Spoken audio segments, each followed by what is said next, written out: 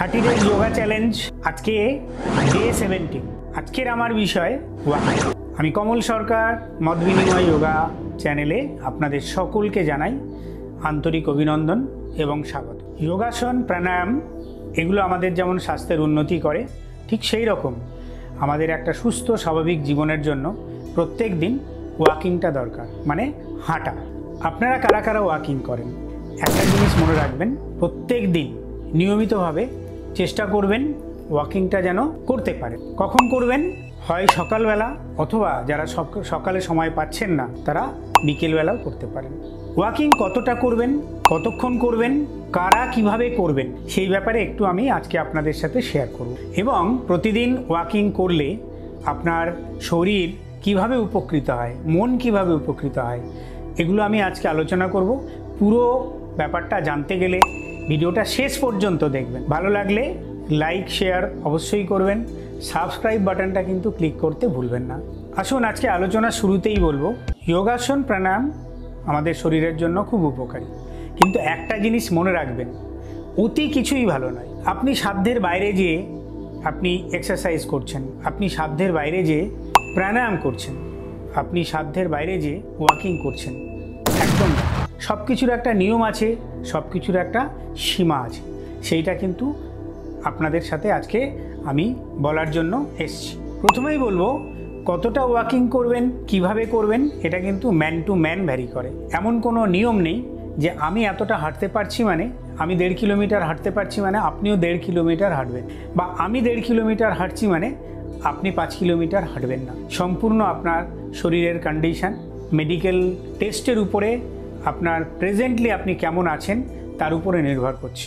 ধরুন আপনার সুগার আছে, হাইপার টেনশন আছে, বা আপনার বয়সটাও একটা বিরাট ফ্যাক্টর। একটা ইয়াং এজে আপনি যেমনভাবে হাঁটবেন, একটা বয়স্ক মানুষ ততটা হাঁটতে পারবেন না। ওয়াকিং স্পেস, আপনি যে স্টেপিংগুলো নিচ্ছেন, সেই স্টেপিংগুলো কতটা নেবেন, কিভাবে নেবেন, সব সময় খেয়াল রাখবেন। অত্যন্ত স্পিডে হাঁটবেন না, আবার একদম স্লো হাঁটবেন না, মডারেট ওয়াকিং করবেন।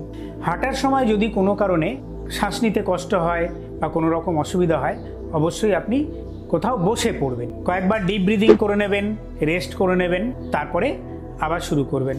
প্রাথমিকভাবে আমি আপনাদের যেটা বলবো সেটা হচ্ছে, মোটামুটি যদি একটু বয়স্ক মানুষ আপনি হন, তাহলে মোটামুটি 1 থেকে 1.5 কিলোমিটার 20 মিনিট থেকে আধা ঘন্টা আপনি হাঁটুন।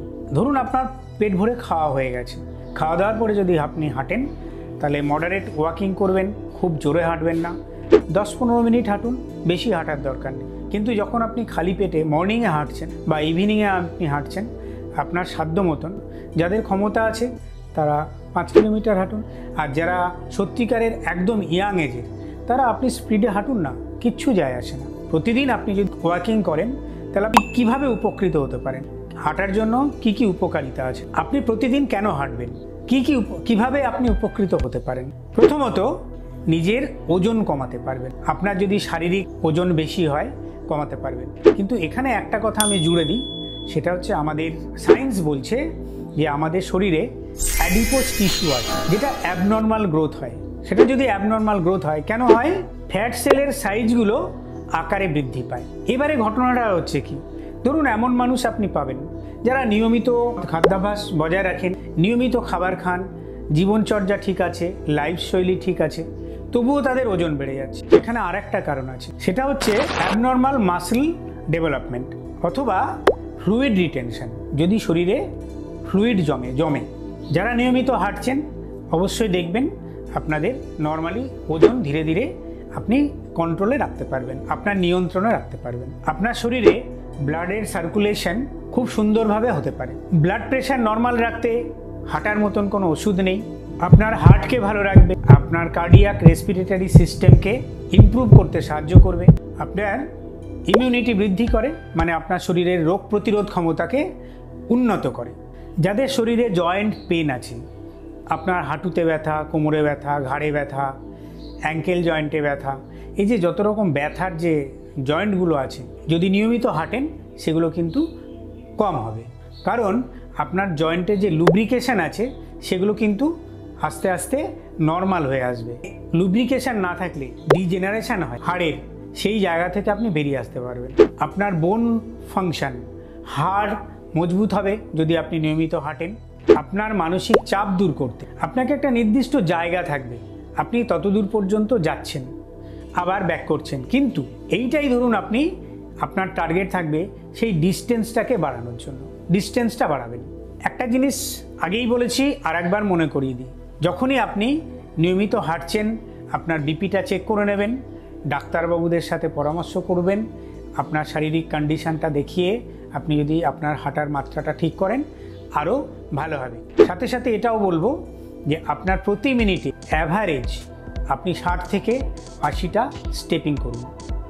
যদি আপনার সাধ্য থাকে, ইয়াং এজে যারা আছেন তারা বাড়াতে পারেন, তাদের কোনো অসুবিধা নেই।